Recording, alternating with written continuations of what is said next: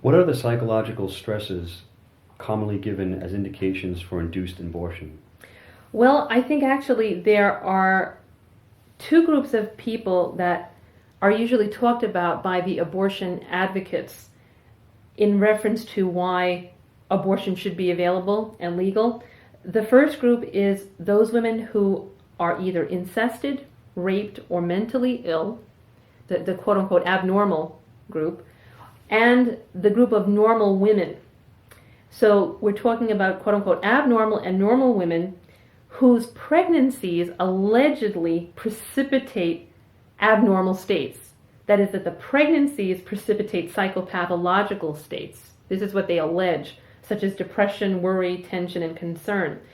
And they tell us that abortion has to be legal because the pregnancies are a problem. They're problematic for a number of reasons which are always being pointed to. And I think it's important to look at what those reasons are.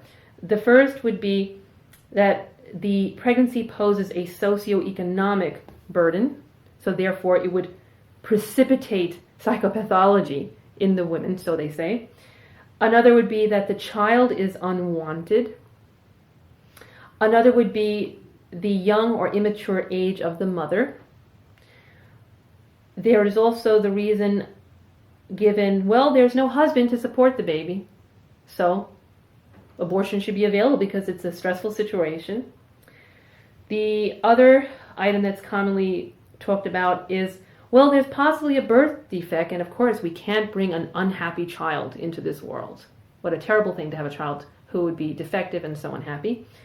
And then the other thing that we hear today, which is, oh, another child, one more child, well, wouldn't that contribute to the overpopulation problem? Why can't people just control themselves instead of keeping little rabbits coming around in the world? People get really nasty when they often talk about more kids.